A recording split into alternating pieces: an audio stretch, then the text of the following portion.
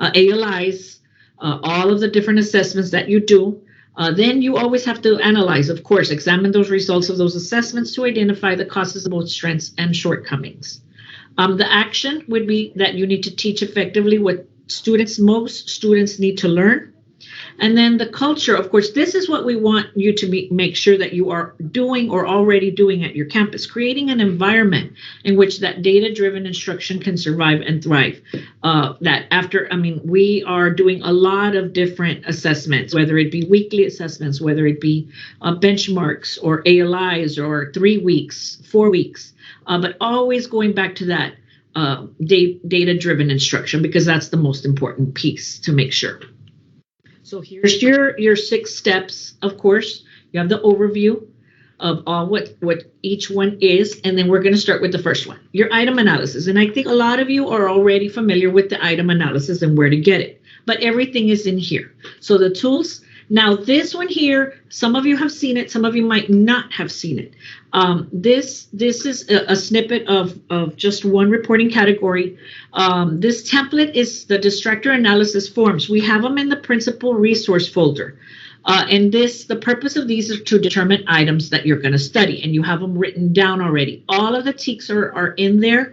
You have one for 5th grade, for 4th grade, for 3rd grade, even for 2nd grade if you wanted to do. And it goes through the distractor analysis of the 0s, 1s, 2s, and 3s, which whenever you get an item analysis is the first thing you should be doing. Am I getting 0s? Is it an effective learning? Is there effective learning going on for that SE?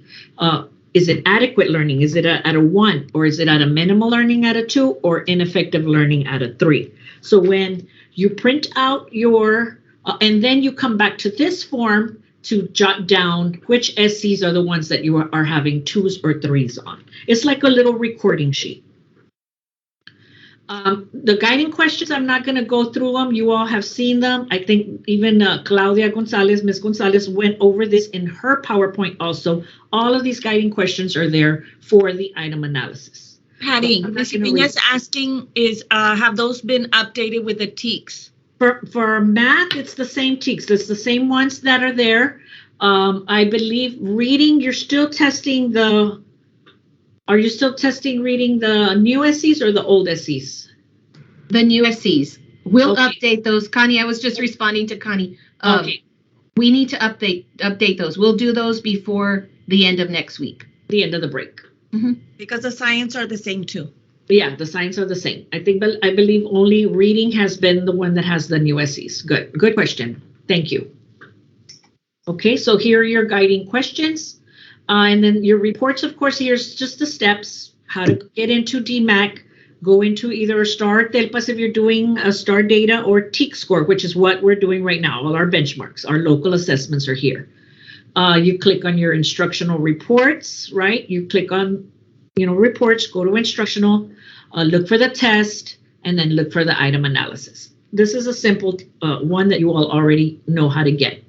But this is what I want to show you. This is what it looks like. So the best way that I know that to easily record those 3 2s and 1s has been just basically going through the item analysis and looking at it. Well, which ones are your distractors? So this is what you guide yourself. How many distractors for each item? A distractor is equal to an incorrect response at a 10% or higher. So if you get a 10% or higher on that letter choice that the kids answered, that would be a distractor. So based on the number of distractors, how effective was it? Was it a 0, a 1, or a 2, or a 3? And then you need to identify those items with a 2 or 3. So this should be your first step that you need to do. And to me, I found it easy to do it this way. So number 1, for example, number 1, this is my correct answer. I put a little check on it. And then I'm going to circle anything that was 10% or higher. This one and this one. So how many distractors does number 1 have? It has 2. And then I write it down on that left-hand little space of my item analysis. So it's an easy way for you to just write down exactly how many distractors each item had. So number 2, that's my correct answer. Do I have any distractors here? No, because none of them were at a 10% or higher. So this was at a 0. Then I go to the next one. That's my correct answer. I have more than 10, more than 10, more than 10. So this one was at a level 3. It was at inadequate. And then you keep doing this for all of your problems, all of your numbers, right? So here we go. That's a 3. The next one, this was my correct answer.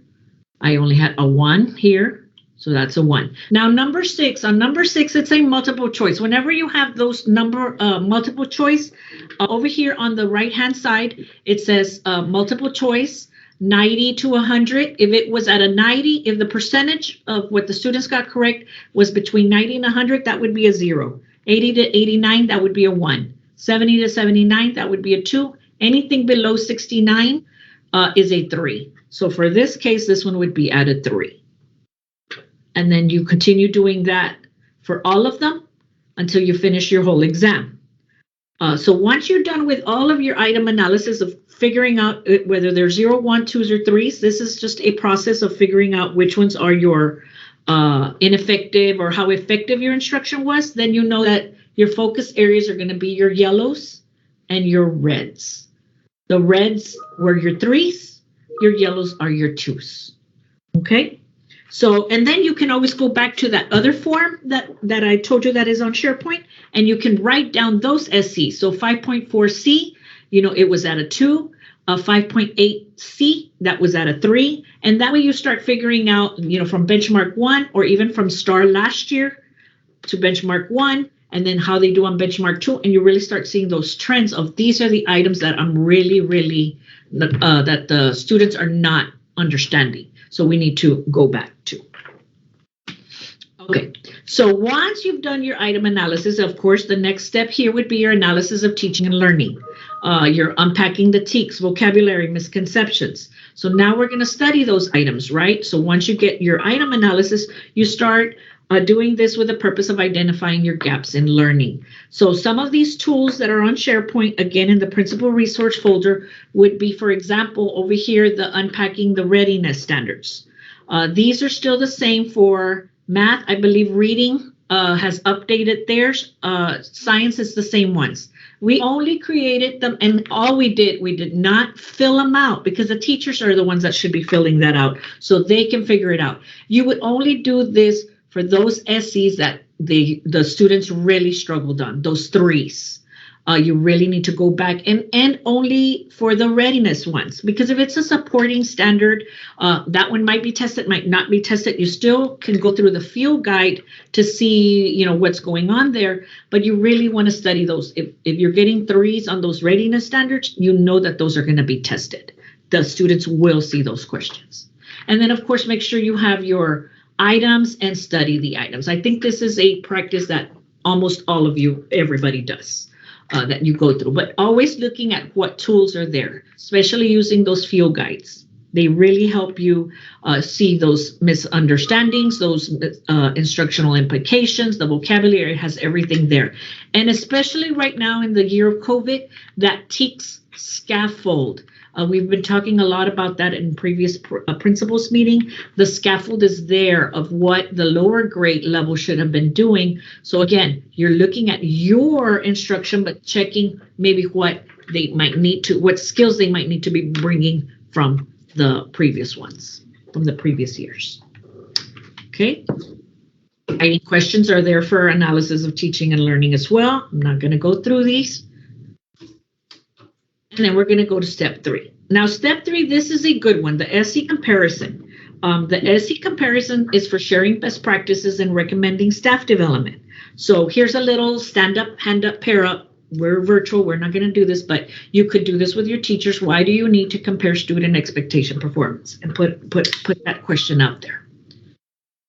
The tools that you get are going to be here. Again, the purpose for this would be to maybe recommend some staff development. And when we say recommend staff development, it does not need to be a full-blown one day. It can be CLCs. It can be the teachers sharing with each other best practices of what's going on. Because you have this report that you can print out for your teachers. And in a little bit, you'll see the steps. So this one here is an example of a test that Ida Escobar, some teachers took. But if you look at this example, this one, 5.3b. 5.3b, if you notice here, there's 2 teachers here. Ms. Morin and Ms. Rada, that were a little bit higher than Ms. Cantu and Herrera in 5.3b. So this one tells you an SC, and it compares how the 4 teachers did on that one specific SC. So Ms. Morin and Ms. Rada could give some kind of little like, okay, well, share what is it that you're doing that Ms. Cantu and Ms. Herrera might need to do. Then in maybe there's another example here, 5.9c. Ms. Cantu did really well on this one. 71% of her students are getting this one. But if you look at Ms. Herrera or Ms. Rada, they're lower on that percentage there. So here, that's where those conversations come in and tell me, okay, well, show me how you are teaching this because your students are doing really well and how maybe I'm not, or what is it that I'm missing? So this SC comparison report is really, really good for you to do with your own staff. Again, your own teachers are there. They're the ones that teachers see. We could do this for all the teachers of the district, but we don't really have a lot of that time to pull out everybody and do those whole trainings of staff development. But you can do it with your staff members here. So here's how you get that report. Same thing, go into Dmacc. Now, under the reports, if you click on reports, usually we always focus on the instructional ones, right? So here under reports, you would actually click on comparison. It doesn't drop it down here because it didn't let me take a snippet of it. But when you hover over the little reports, you'll see comparison at the bottom. So you click there, then you're going to click on the box. You'll see this. The next screen that says test score comparison reports, click on the box of the test that you want data on. So this one would be math. And then I want 5th grade. So I click on 5th grade. And then all of your 5th grade tests come out. So I'm going to click on whichever test you want, like say 5.02 or the benchmark that they just took. You could click on that one. You would click the test key that you want. And then you click that bottom one where it says SC performance by teacher. And then you click your view report and you're going to see the report that I just showed you. So some advantages of comparing student expectations here. Again, it's a roadmap for instruction. It helps the administration and teachers identify skills that their students must reach on each standard. There's attention to results here in the improvement for teaching, changing strategies on how to adapt to those students' needs. And it is a targeted focus. The SC comparison really looks at what strengths and weaknesses are there. Okay, again, putting it into practice, administrators revisit, your curriculum, recommend professional development. I know that Sharon Wells is real good at seeing state data and regional data. If they see that there's a certain SC that students are having problems, they change some of their lessons around. And that's why the curriculum is done every so often. Teachers can share best practices, seek professional development, plan interventions, and plan specific strategies and PLCs. Again, guiding questions for these. I'm not going to go through these. Same ones that Ms. Gonzalez went over. And another little like stop and talk with your shoulder partner. Discuss how this quote below relates to being data-driven. If you diagnose like a doctor, your teaching will be more targeted and more effective.